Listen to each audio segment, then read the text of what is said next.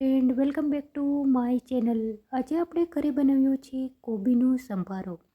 આ સંભારો આપણે કઈ રીતે બનાવ્યો છે આવો જાણી લઈએ તેના વિશે. સૌપ્રથમ કોબીનો સંભારો બનાવવા માટે આપણે કોબીને આ રીતે કરી લેવાની છે. ત્યારબાદ એને પાણીથી વ્યવસ્થિત રીતે ધોઈ લેવાની છે. ગેસ ઉપર એક વાસણમાં 1 ચમચી જેટલું તેલ મૂકી તેલની અંદર રાઈ જીરુંનો વઘાર કરવાનો છે. ત્યારબાદ તેમાં કોબીને ઉમેરી દેવાની છે. ગેસની ફ્લેમને મીડિયમ રાખવાની છે.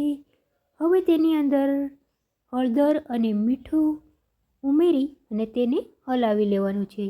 થોડી વાર માટે ચચડવા દેવાથી બધું પાણી શોષી લેશે અને સંભારો એકદમ કોરો મોરો સરસ બની જશે. આ સંભારાને તમે ગાંઠિયા સાથે કે ભજીયા સાથે પણ ખાઈ શકો છો.